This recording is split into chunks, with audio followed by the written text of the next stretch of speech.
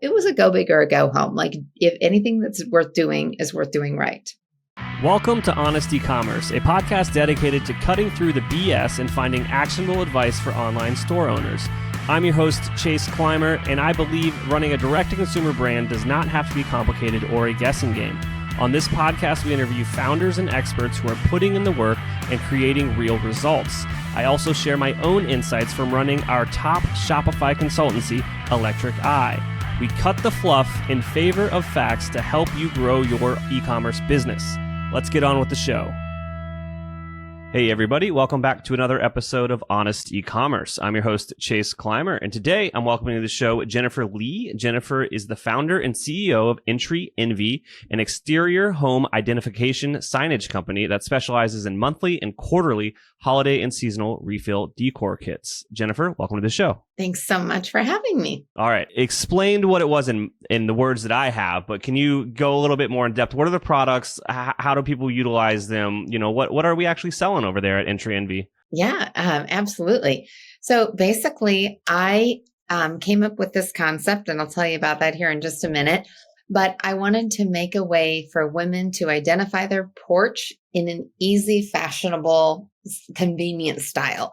So our signs are either modern house numbers, last names, or monograms.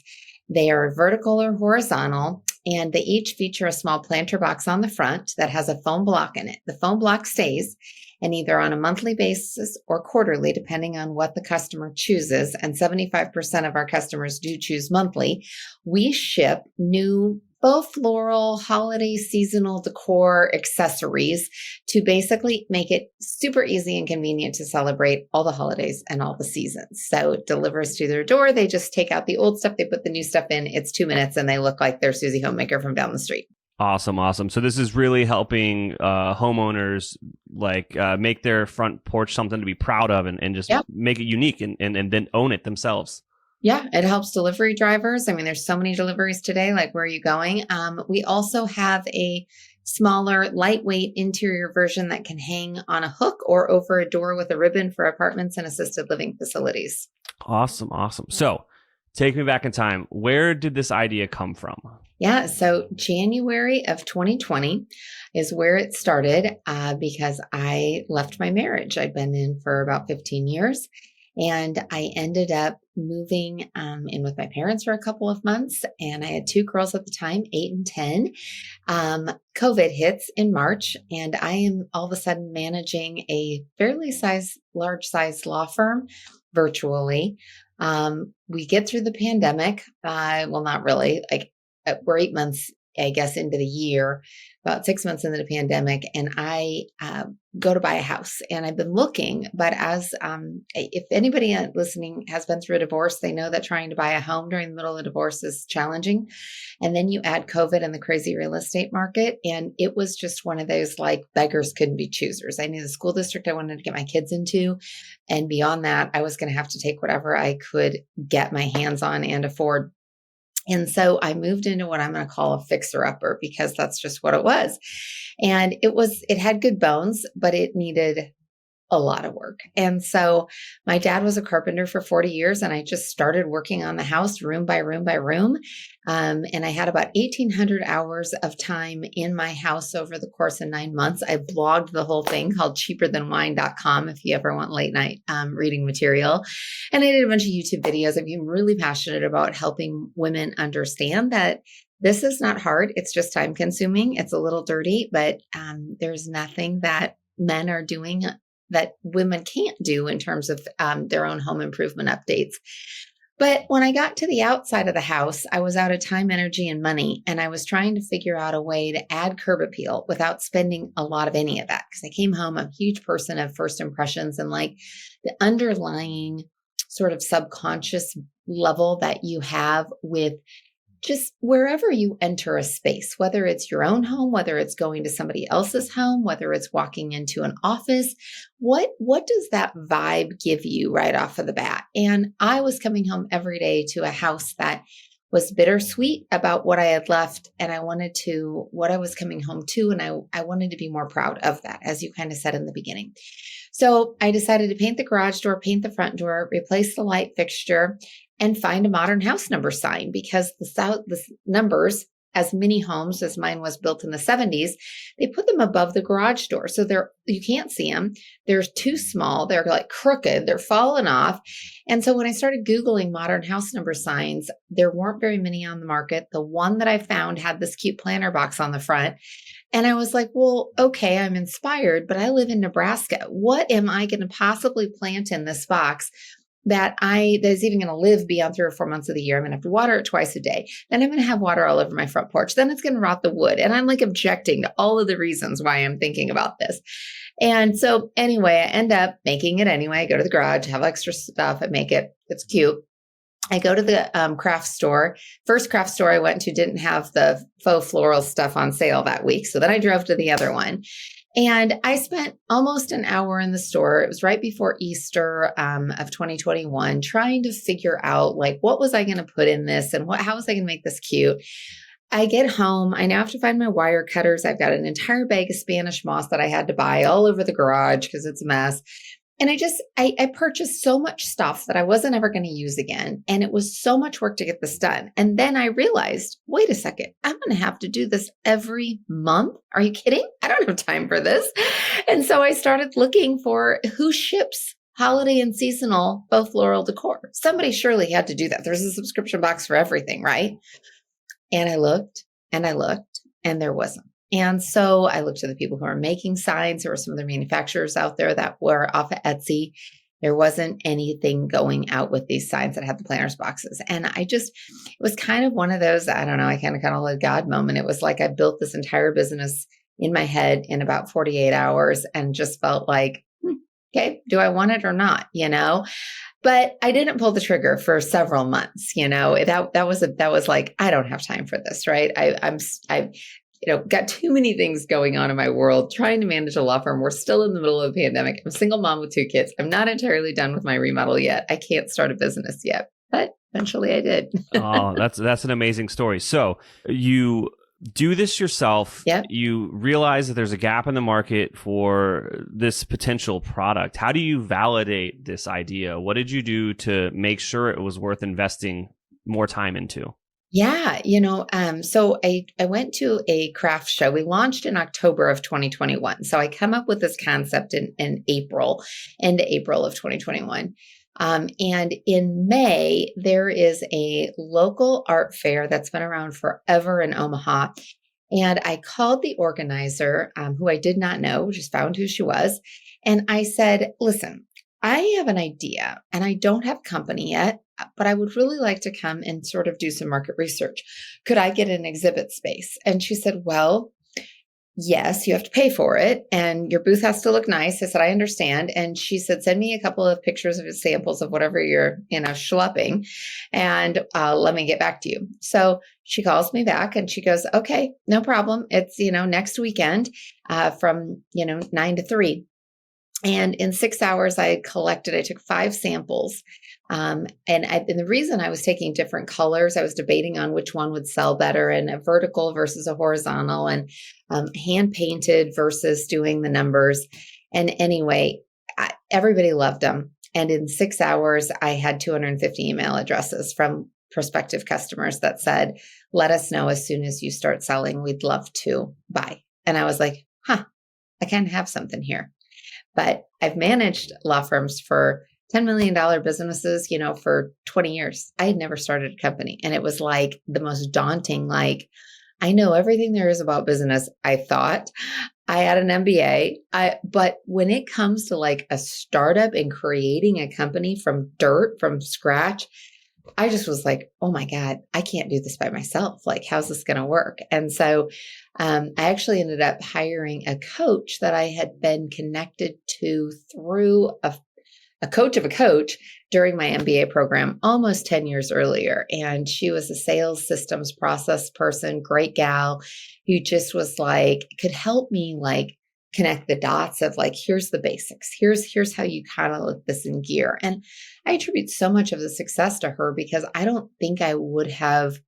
It's hard when you're by yourself and you're a solo founder and you've got to be 100% accountable and you don't even know the answers. You don't even know the questions to ask, let alone find the answers. And so I worked with her and worked on the back end for 4 or 5 months before we launched, and really wanted to make sure that we were ready. And I'm one of those people, my number one strength is strategic. So I'm always like, lay the foundation before, with that strong foundation, before you build the house, before you build the business, before you do anything. And so I think that's worked. So what was that back end, that foundation? You don't have to, tell us everything, but like, what were some of the key components that you got going before you kind of really took this thing public? I mean, some of it was just the basics. Like, I had to buy a URL. Am I buying one? Am I buying more than one? Right?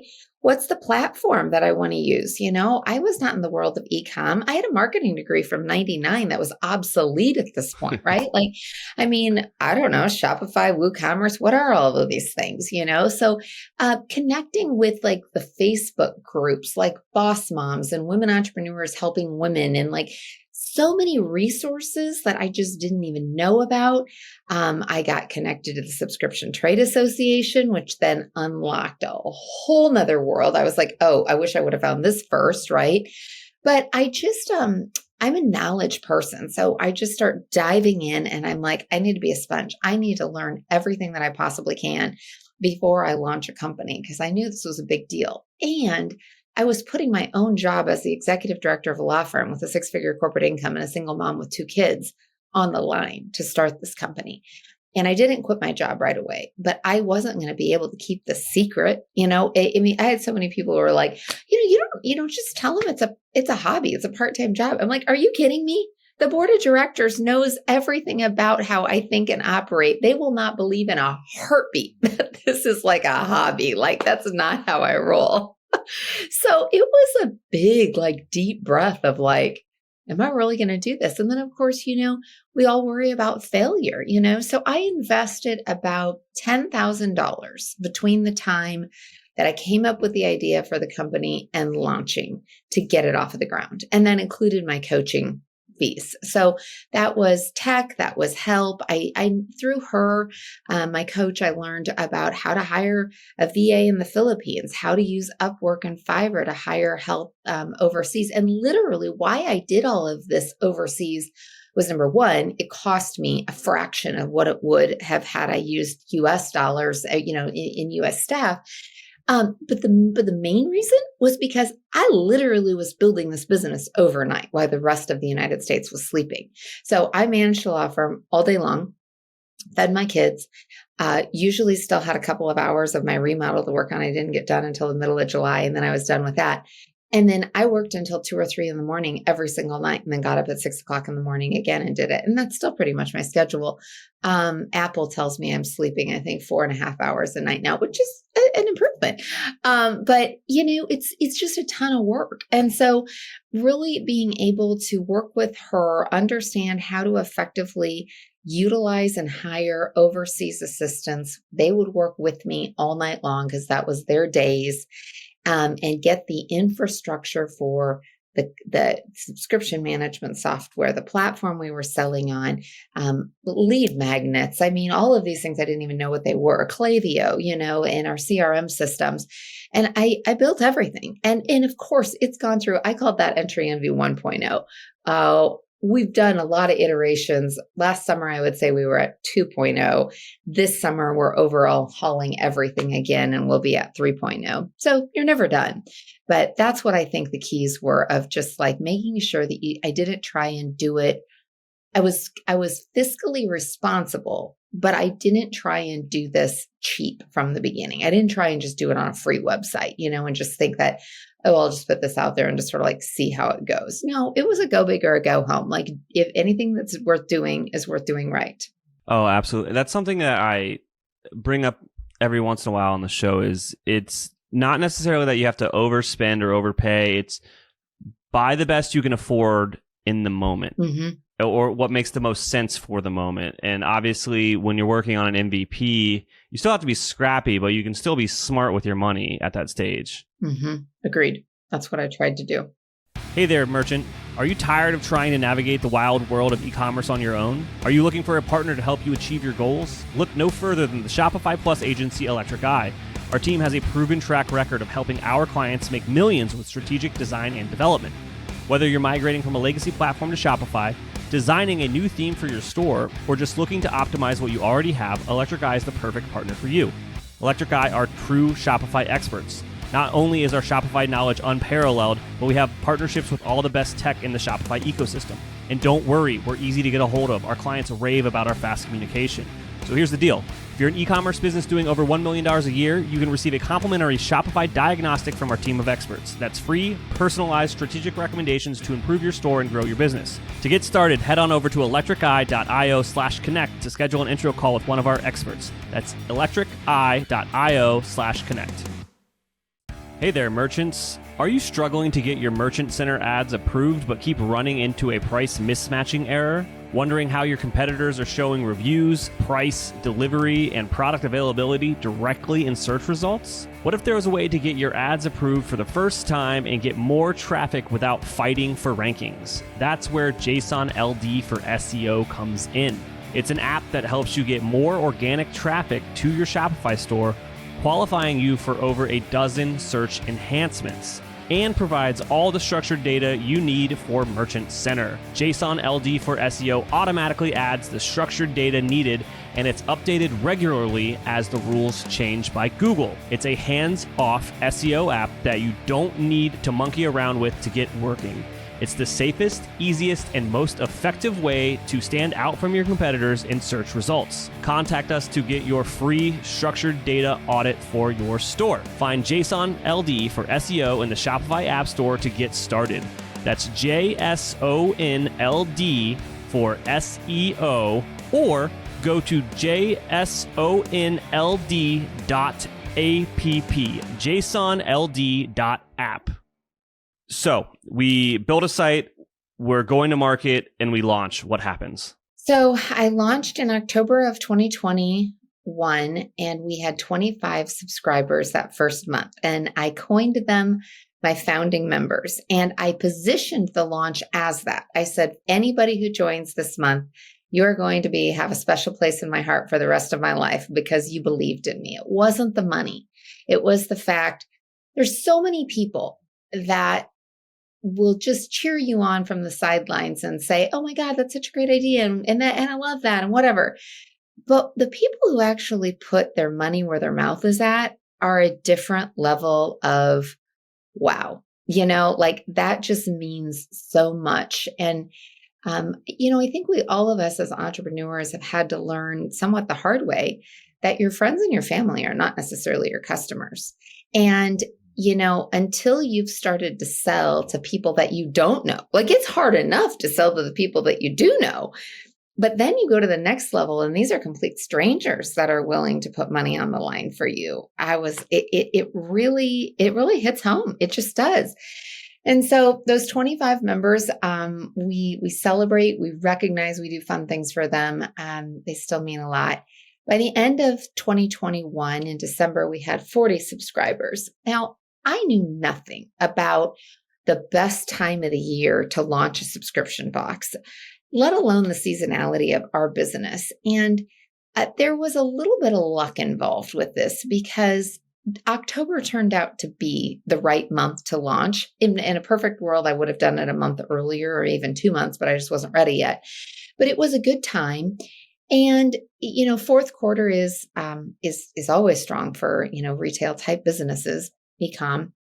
And so it wasn't that at 40 customers, I had enough, money by any means to consider replacing my income, but I had enough traction to know that I had something, it was working.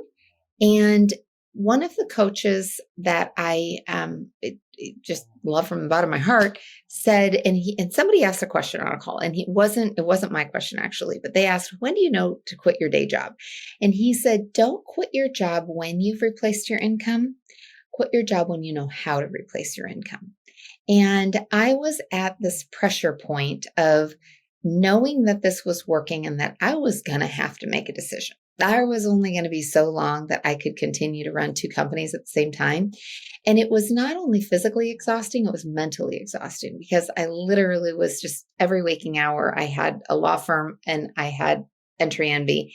And there was no way I could separate those in my head. And so it was and it was easier before the company actually launched. So when it was just stuff that I was doing overnight, but now I actually had real customers that had real questions that were emailing me and calling me and texting me during the middle of the day.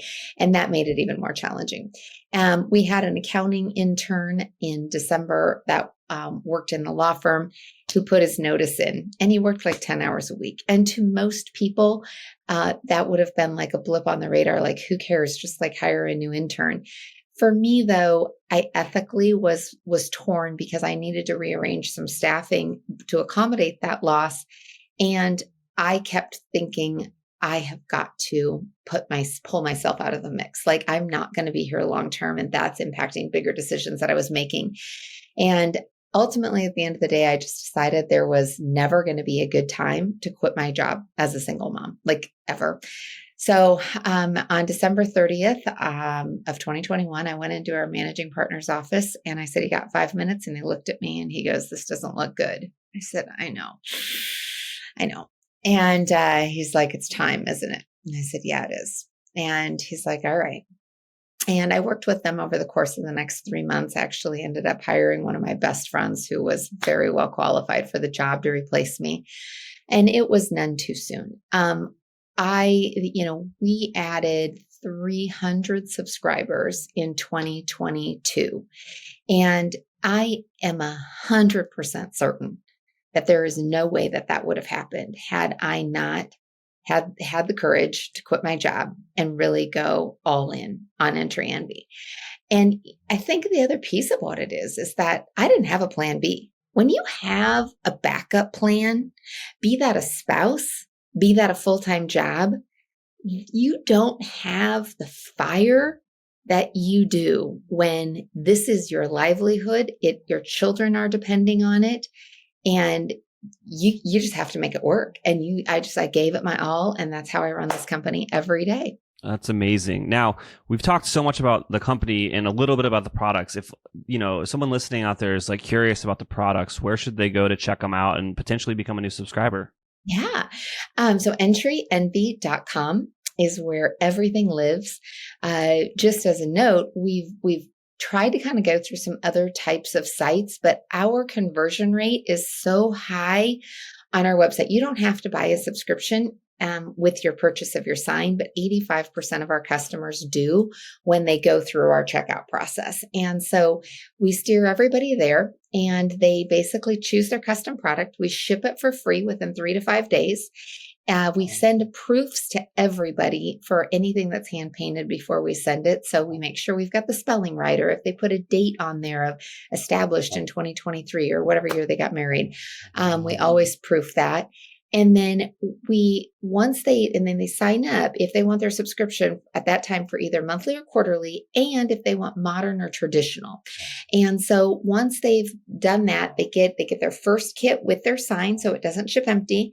And then we ship on the 22nd of each month thereafter. And as I said, 75% of our customers do monthly because they want Valentine's Day and St. Patrick's Day and Easter and all of the holidays, as opposed to just spring, summer, fall, winter. Absolutely.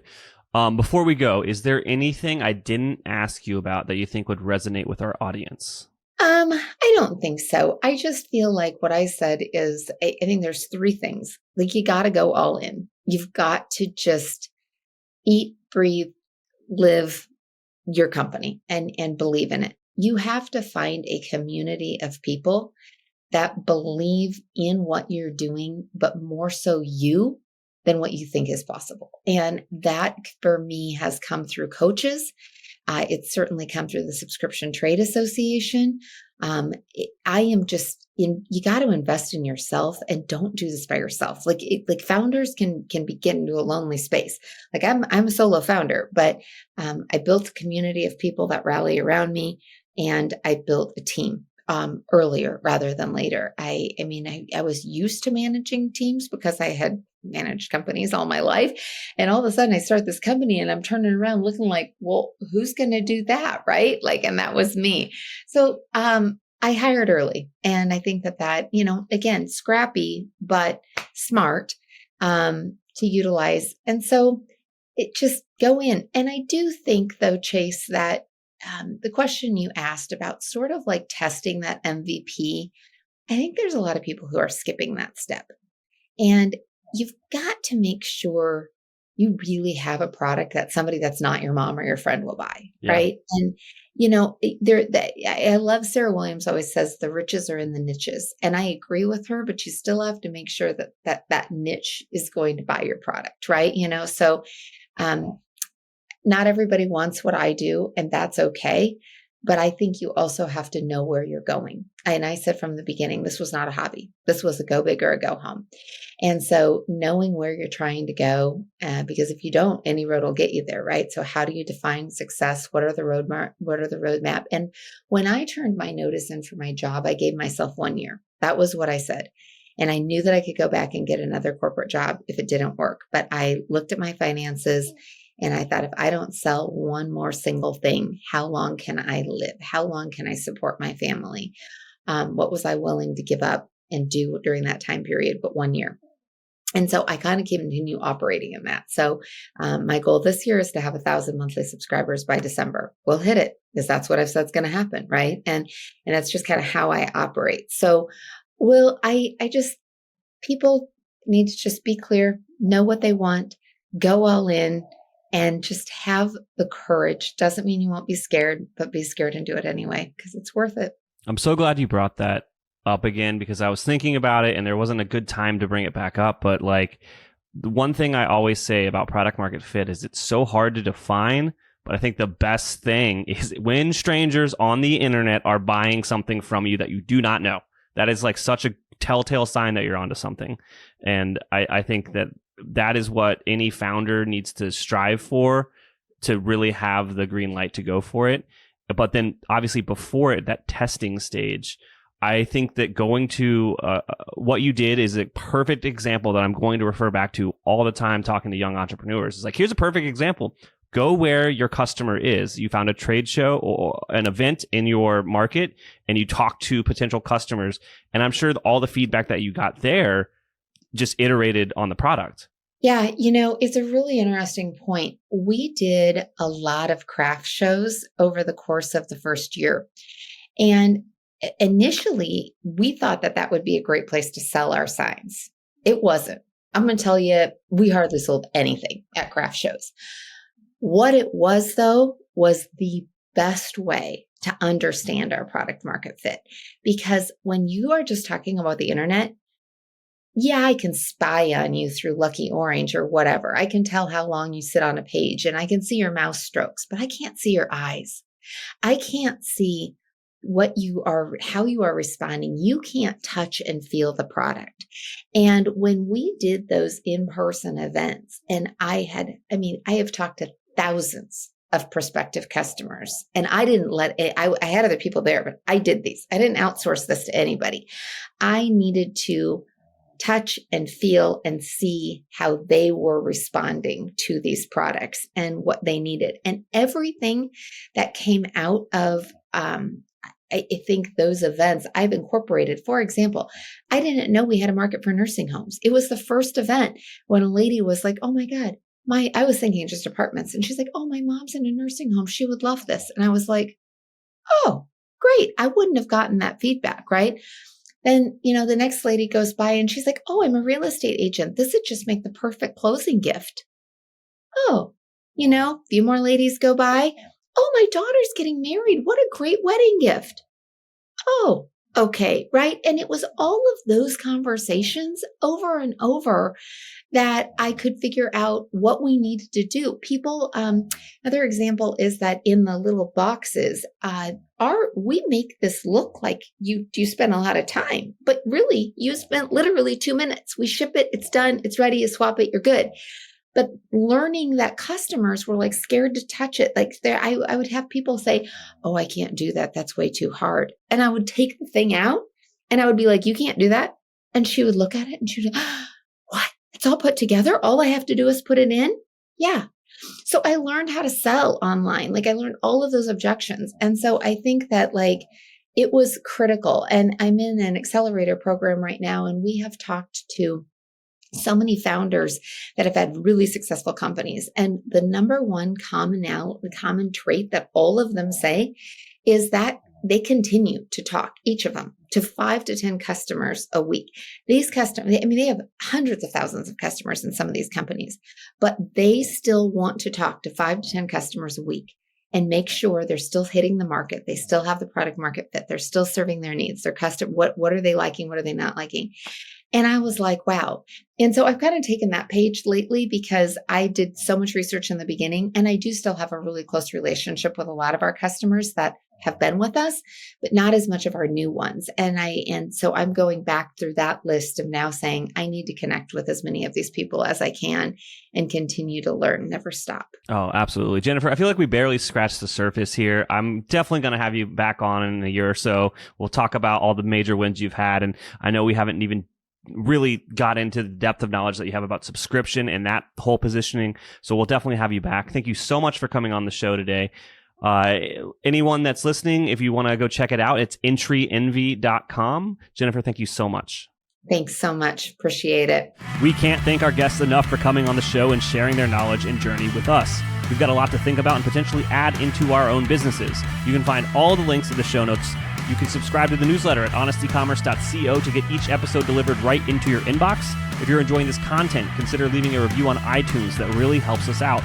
Lastly, if you're a store owner looking for an amazing partner to help you get your Shopify store to the next level, reach out to Electric Eye at electriceye.io/connect. Until next time.